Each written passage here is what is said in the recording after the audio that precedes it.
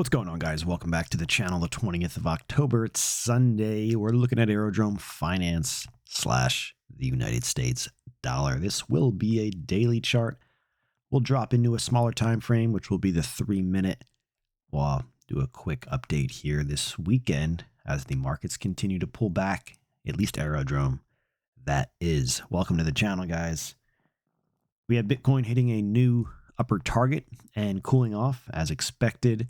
And we have Aerodrome doing quite the opposite, pulling back to the downside, finding a little bit of support. We'll talk about that in just a moment here. So we have Aerodrome. It's down 0.02%. It's flat. Bitcoin's up $100, basically flat. And so let's take a zoom in here on the Aerodrome Finance chart. This is the data from Coinbase. So Coinbase should be accessible to just about everybody, which is a good thing for those wanting to invest in something like Aerodrome. So let's do a quick look back here. We had the breakout here above 128, 129 for Aero. We moved up past 132, 134, which were our first two targets, new two targets for starters. Once we broke out past the 128, 129, I'd mentioned a week and a half ago or so, the 144.69 was really the upper target I was looking for. Once the price proved itself and got above 132, 134, and that's ultimately where we ended up finding overhead resistance. And so far, another perfect top, and we were pulling back as expected. Just like the market topped out over here at 128, 129, multiple times, and then we finally got the breakout higher. Market topped out here at 144.69, and then we're getting the pullback, and we're still continuing to pull back. Let me show you this, the 3-minute time frame, guys. We're going to zoom back out here in time, go left on the chart. Here is the Here we go. Here is the run up to $1.44. And, traded up through it, closed back below it, flipped it into resistance right here. And then the rest is history as the market bounced between a range. And now we are actually looking at turning a little bit of support at the 129, resistance at the 132. Just trading the levels. Okay, so that is that. Let's take a zoom back in here on the chart. Let's see here. Give me just a moment here until I get this thing back to where it wants to be. Okay, so we talked about in the last video or so, the market, what we're seeing, okay, is we're seeing a market still make lower highs and lower lows. So we have lower daily highs here. This was a higher high from the 16th, and then the previous day, or the day to follow, I should say, the 18th of October, which is Friday, we had a lower high. We had another lower high on Saturday, and so far today, another lower high. Today and yesterday are also lower lows. So we have lower highs and lower lows. So, all signs of a downtrend, may be short-lived, but that's what's happening. Every day in the market is a story that's being told, okay? Real time, and then you can look back, obviously, and see what took place yesterday or last week, And then as far as, hey, what will happen tomorrow? Well, we can use today and the previous day and the day before that to kind of tell us a story that, hey, most likely X will happen, tomorrow, tomorrow being Monday in time. Anyways, so we talked about, we're still in pullback mode. We don't know when this market's, when and if it's going to break out again higher above our, ultimately our 144.69. But what we do know is that where is the market most likely going to pull back, if talking, X days ago to? Well, we talked about the area that the market is most likely to pull back to and find support would be this range right in here, 128, 129, 129.45.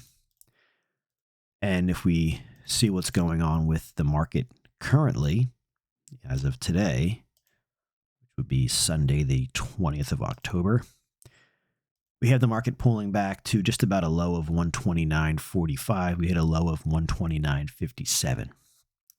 That's very close to where we have this, what was once resistance here, broke out and potentially getting tested here. And we'll see, obviously, if it holds as a level of support.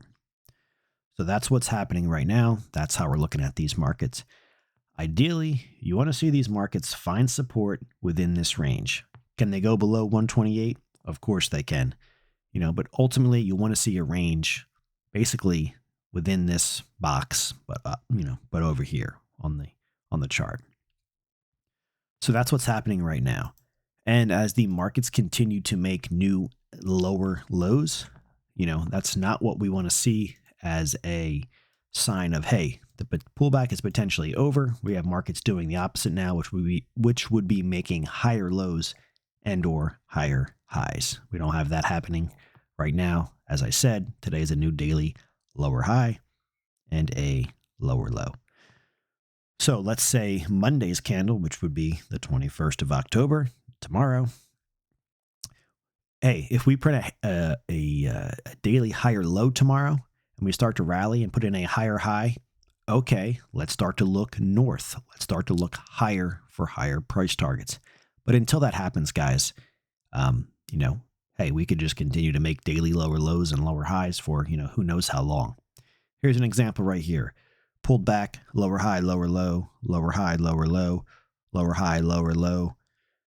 Let's see here. This looks like an inside day. And then we got the boom, the big break, higher low, higher high. And then obviously markets traded back up. So that's what we're looking for here. Higher low, higher high. So far, we have a lower high and lower low. Markets are still pulling back. Depends on what happens here. We could whipsaw around for a while and then start to rally. Time will tell. So that's how I look at the markets, and that's what I'm looking at Aerodrome right here, one day at a time, and watching my price levels.